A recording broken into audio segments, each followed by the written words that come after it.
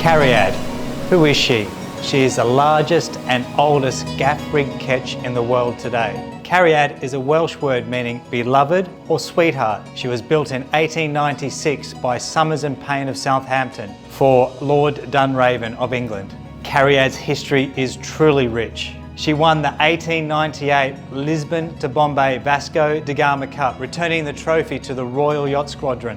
What is the Cariad project? As of 2024, it is the latest 4-year restoration of a classic 128-year-old gaff-rigged sailing yacht. The Cariad project is much more than a restoration of a classic yacht. It represented an opportunity for an owner to preserve maritime history, driven by passion with a personal wealth to fund such a project. An opportunity for master tradesmen, artists in their field, to display and pass on their knowledge to future classic yacht restoration shipwrights. An opportunity to put on the map and encourage the Kingdom of Thailand's boat building industry. An opportunity for a designer, Mr. Paul Spooner, to restore and recreate history. An opportunity for a project manager, Mr. Des Kearns and Ked, along with their teams, to showcase a lifetime of experience and bring together a rare specialist crew to be able to even execute such a complex restoration. Each and every person who was asked to join the Cariad project knew that this was an opportunity of a lifetime and was something much bigger than a yacht refit. It was commented, everyone involved would have worked for the privilege had there not been a need of money to live. The result is what can only be described as breathtaking. If you love yachts and true craftsmanship, then you will love the Cariad 1896 project.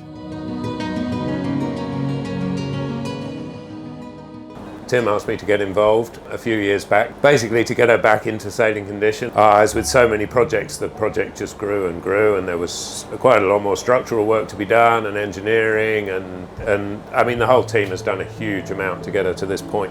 I've helped out with the engineering and some of the structures, worked with the rig, and that to a point where today we took her sailing. It was a fantastic day. She sailed as well as I think as we all hoped, not even a little bit better. And Tim Hartnell, the CEO of Express Feeders Shipping Line, is the owner of Cariad. He trusted us to do the job. This was our brief. I want you to restore Cariad to a former glory, utilising traditional methods. However, in our wildest dreams, we never thought we would carry out the restoration twice. From the beginning, we believed our true challenge was to produce a quality of workmanship in Thailand that would be judged favourably by our peers in Europe. We've achieved that. I regard restoring Cariad as an opportunity in life to leave behind something tangible. From Tim's point of view, why did he do it? Because it takes a lot of heart, guts, trust and money. Tim always said, I've found it difficult to resist the call of history,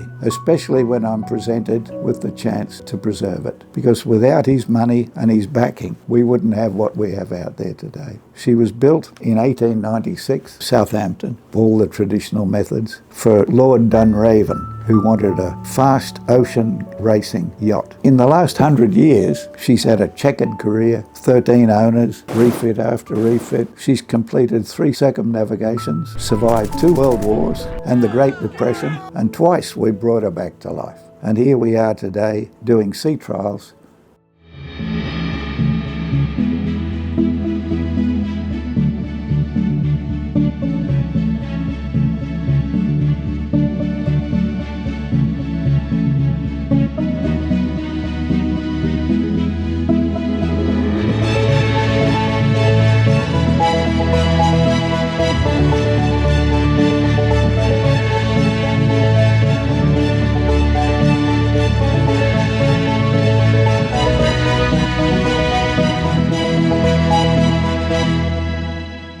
Cariad project has been a big part of your life for how many years? Coming up to 5 years to restore this boat for me and our crew.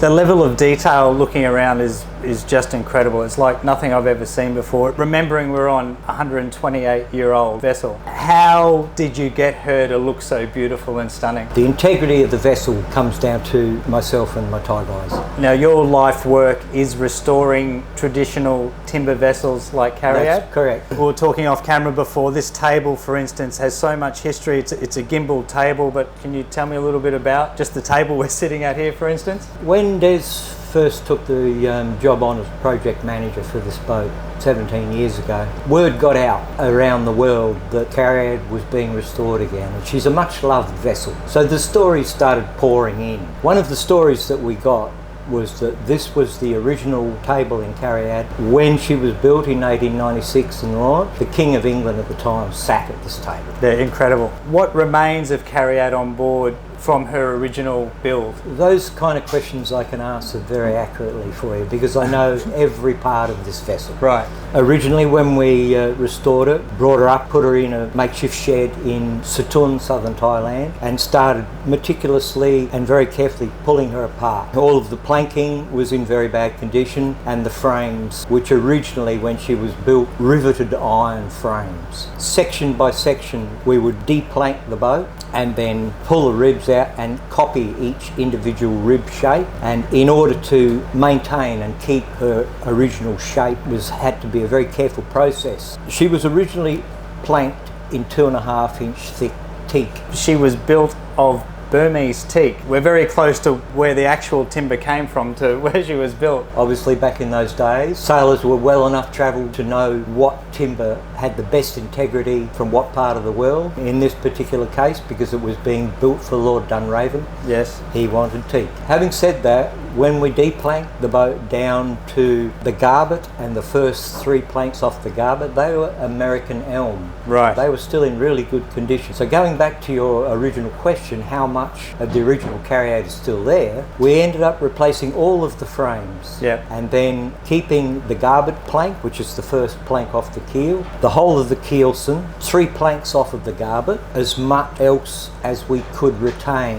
when we completely rebuilt the rudder, which is huge. Yeah. We retained the original old rudder post, the original old steering gear. There's still bits and pieces of her left. Yeah. Enough for, in my opinion, she still retains her soul.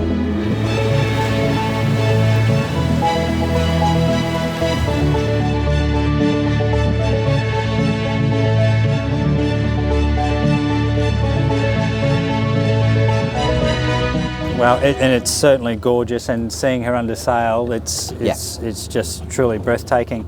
You know, we even talk about the blocks. We have hand-stitched leather sheaths over the blocks. You did all that by hand? Yeah, it's all in-house. We didn't build the blocks. The blocks all were made in Holland. There are certain blocks like this one here which bang against the deck. They all need leathering up, and so yeah, we did all that in-house. How did it feel to be out there sailing and watching your vision and everything come together? Pretty happy actually with how it all went. New crew, learning a new boat. We've had good light breezes, ease ourselves into it. And so you're the sailing master on board Cariad, and you're also a rigger by trade. How different is Cariad compared to normally used to doing? I've done a few boats similar to this before, but most of my work has been replica ships like Captain Cook's Endeavour, yes, and the Dyfkin, so much older period and square rigged. You know, this is a nice contrast in a way. You mentioned Cariad's a very powerful yacht when she winds up. How many people would it take to sail her when she's, you know, in 15 to 20 knots of breeze and powered up? Well, I wanted 15, which is what we've had on board, but I think if you were racing with topsails and spinnakers and things, you'd probably want 20. Yeah. Yeah, well, it's a very sleek hull. You've got a beautiful rig, beautiful new suit of sails, and she's sailing along, but it's the proportions of hull and cabin and rig that makes her stand out. So yeah, there's some beautiful fittings. I know the steering gear when they've been working on it, it's just spectacular engineering from a bygone era, but it's pretty nice. And having seen her out sailing today, I can tell you she's absolutely gorgeous. Yeah, yeah. It really, really is. And you talk about the cabin layout down below.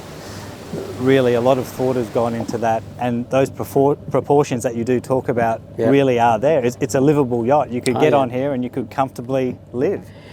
Depends on who you are. Because, I mean, it is still a racing yacht. She's fine. And like we were out yesterday, we had got up to about fine on the bow. We'd had about 8 or 9 knots of breeze, but we were getting along at sort of 5.5 to 6 knots. So she's just a racehorse from a bygone era. That's beautiful amazing. thing. Yeah, beautiful. See, what's one of the greatest things about sailing? Empowerment. You get a sail up by hand, even though we've got some electric winches to help us with some of that, but you get that sail up, you cross that ocean. At the end of it, you are brothers, sisters and family, but you've empowered yourself because it's absolutely the most empowering thing you can ever do in your life. It's come to me how lucky I've been to have so many opportunities to have that. Well, sitting on board Cariad like this in the beautiful Krabi Thailand, I think we're lucky guys. We are lucky. Just to be here. Just being here, I know. Captain T, you're a legend, but you're also the captain of a very beautiful and very old classic sailing yacht. You're famous for bringing unseaworthy boats a very long way from A to B and getting the job done. Can you tell me what happened when you towed Cariad to Thailand from Singapore? First night after we left Singapore into Malaysia water, the mast is broken down on the port side. My crew, 2 crew, each side. So lucky You didn't hurt someone very badly. So the mast was totally soft? Yes. And at the same time, you mentioned before you were pumping water. A lot of water from the deck hatch out over the side while being towed all day and all night. All day, all night. And then you eventually got Cariad to Satun. To Satun. Where and safe to Satun. Safe to Satun. Congratulations, that's a job in itself. Yes. So what does the future hold for Cariad? As a nominee at the World Super Yachts Award for the Best Classic Rebuild or Refit, she won. It was stated at the gala event, which was held in Venice. This year, the standard of classic yacht rebuilds was so high that the judges deemed these should be considered separately in a classic rebuild category. 2 beauties were the finalists. While the judges noted that the quality of work on the famous racing boat Moonbeam was superb, it was Cariad, a yacht that had been brought back to life twice, that had won the overall race. The judges were blown away by the amazing story behind the classic sailing yacht. This in fact marks the second complete rebuild of the boat. What remains from the original boat is a small percentage, yet the judges commented that the refit project has been tremendously faithful to her original design. Then in 2025, leading a celebratory flotilla up the Thames for a 250-year anniversary of the Royal Thames Yacht Club, one of the oldest yacht clubs in the world. It seems that Cariad is a draw card for historical events and places. We certainly hope that she will continue to create her archives for many more years to come and become a part of inspiring maritime history.